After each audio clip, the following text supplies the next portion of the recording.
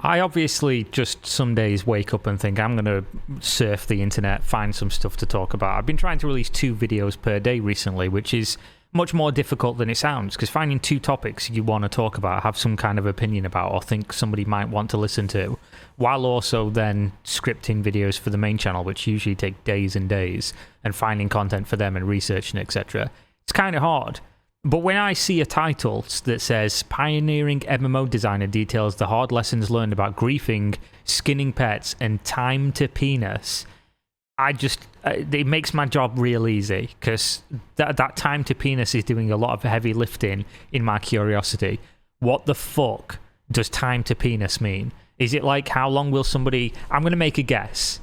How long will it take for somebody when they're playing the game to just decide that they're going to go and jerk off instead of playing the game? Because obviously there's this concept of like, whenever you're making anything, like me making this video now, you're not only competing with other content creators within your niche or whatever for people's watch time and attention, you're also competing with everything else in the world that exists that somebody can choose to do other than watching your videos. So you have to make them as good as possible. Other than for this channel, because I make no effort whatsoever. The main channel, of course, we put a lot more effort into making those engaging and for people to want to be, retained as a viewer. So I'm keenly aware of the concept that instead of watching my videos, some people might want to, go and penis, if we're using that in that way.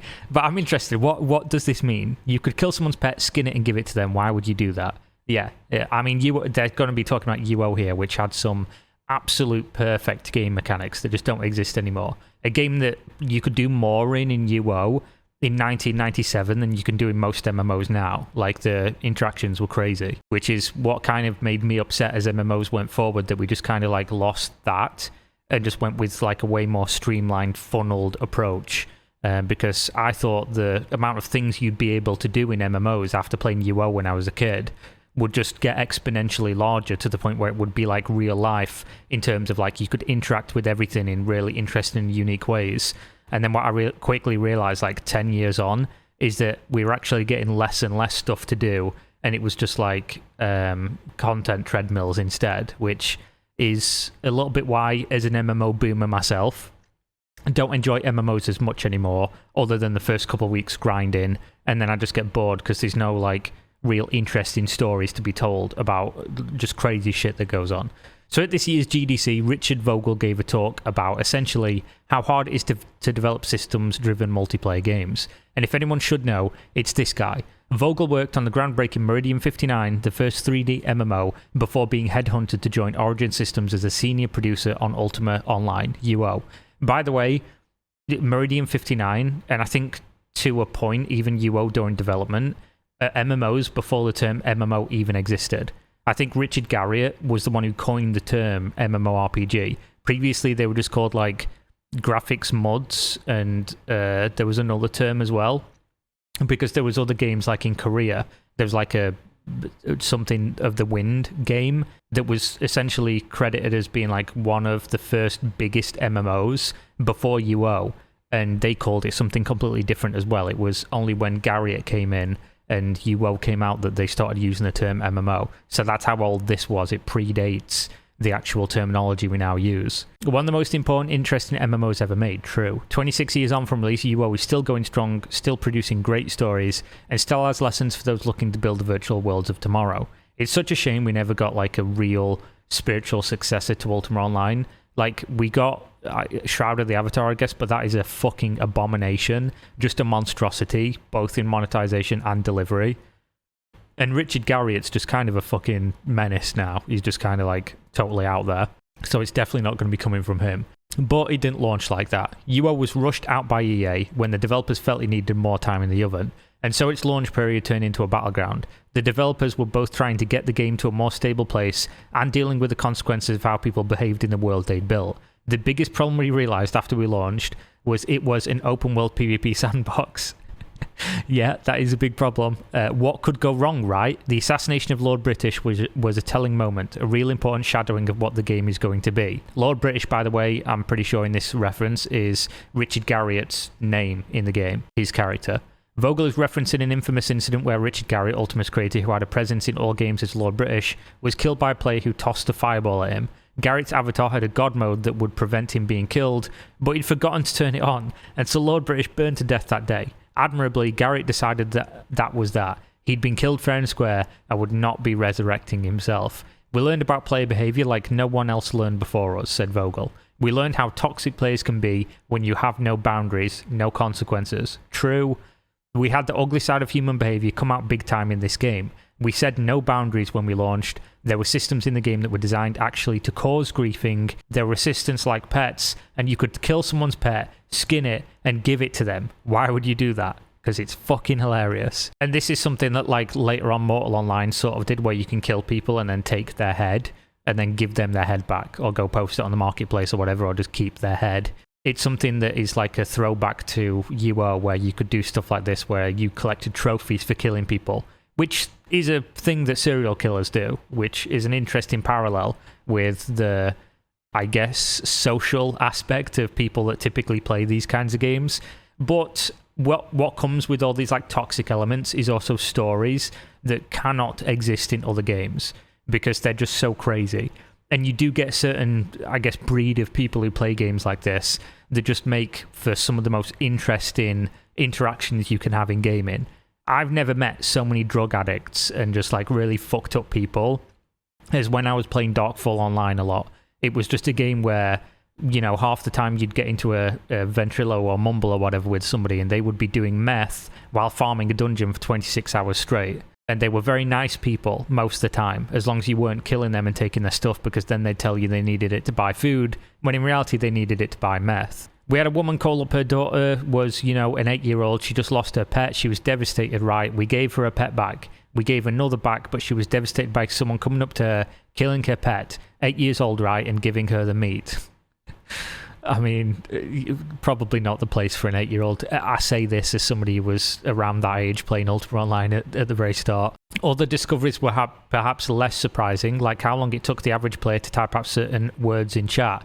Time to penis is 1 minute 23 seconds standard in the game, said Vogel. We actually counted that. We all kind of looked around. Okay, how long is it going to take for someone to do that? Yep, great. So it's just the time it takes somebody to type the word penis, not the time it takes for somebody to get bored, tab out, and start whacking it. Which, to be honest, in Ultima Online days, would have taken a considerable amount of time, unless you came prepared, because you'd have been downloading things on a very, very slow internet connection. Those who know.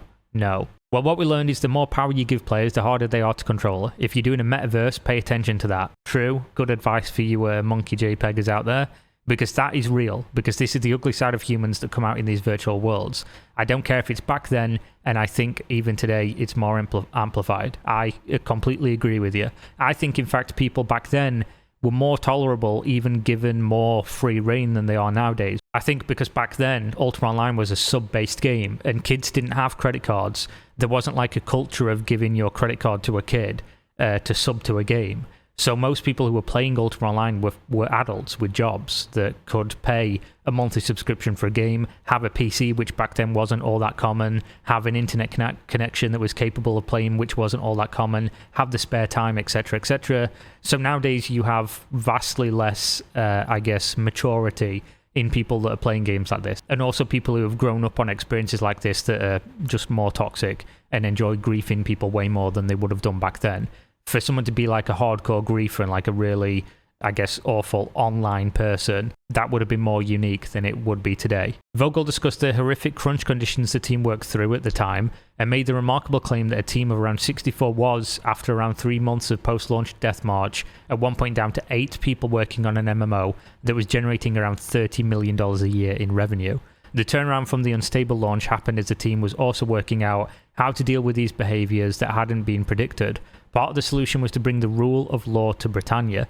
When you turn around a game, you have to build player trust back. And the only way you can do that is start changing the game. So we established a police force. Yes, we called GMs a police force because that's exactly what they were. We had to monitor people in the game doing harassment, doing all sorts of evil things. We had real gangs in the game in the Pacific Coast and East Coast. The middle of the country was awesome. Their role-playing, it was great. Harmony, beautiful. The East and West Coast was toxic. That's funny. And it blew my mind. But what happened was the East Coast guilds got together with the West Coast guilds. They invaded the central servers. They heard about it. But all the central people got together and ran them out. But again, that's emergent behavior. And that's awesome with a systems-based game. This is amazing. This happened in games I used to play. Legends of Myr 2 on the, I think it was Dragon server or Phoenix. There was Dragon and Phoenix server, and I can't remember which one I was on. It's been way too long. But basically, like at certain points, everybody would group up and fight a certain group of people. At one point, it was the Italians. At one point, it was the Chinese. Like, and it would just be big server wars where everyone, it didn't matter who you were, was just on one big team, and they were just fighting against another big team. It happened recently in Life is Feudal MMO when that released. It was everybody versus the Chinese, which seems to be a bit of a running theme because the Chinese would come to the server, they'd all stick together, and they just basically play the game so hardcore that if you left them to like play normally without trying to run them off the server, they just ruin it because they'd get so much further ahead of everyone else because they just do mad shit that nobody else in their right mind would be doing. And that is like an emergent behavior of just like, okay, we're all against each other, we're having a good time. Oh god, what is this existential threat that's just happened? We need to band together, put our differences aside. Stuff like that is amazing. Darkfall Online had the same thing. COTC War, Hyperion War, server wars that went on years and years with guilds that had like a lineage throughout time of doing certain things. Stuff like that is really cool. They're stories that will stick with me forever. Being part of these things, calling sieges and having like hundreds of people at your command, and it's a crazy, crazy thing. It's just things that cannot be made in most MMOs nowadays because they're all scripted and there's set, defined things that you do, and everything outside of it is just like, you know, something you're creating, but you're confined within things that don't allow you to do these amazing, transcendent gameplay experiences. Vogel's affection for UO is obvious, and after that he would go on to work on yet more classic games, including Star Wars Galaxies. So this guy's just a certified fucking G. Basically worked on all the good, big, old MMOs.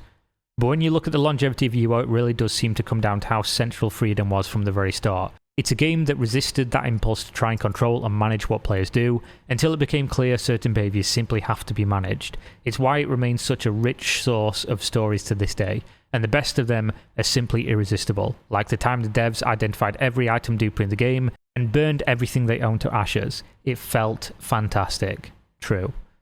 That was a really good read. That was really interesting. It took me down a nostalgia trip. This image is pure nostalgia as well, and I love UO. I've always loved UO. I'll always love UO. I don't have it in me to play anymore because it's just too old. But even then, every like 3-4 years, I'll still go back to a UO private server and play for a couple weeks, maybe a month or two. And it just makes me wish that we went down a different path. I'm not saying all MMOs need to not exist because I still like World of Warcraft and what WoW does. I still like Final Fantasy XIV sometimes. I still like some of these games. But I really do wish we went down the path of having more games following UO's footsteps. Even if they weren't going to be as popular as WoW, even if they weren't going to do as big numbers, I do just love this experience. And while it's not for everybody, there's certainly enough people who it would be for. So hopefully that is something we get more in the future. I'd really love that to happen. But yeah, thanks for watching as always. Hopefully you enjoyed, and I'll see you next time. Peace out.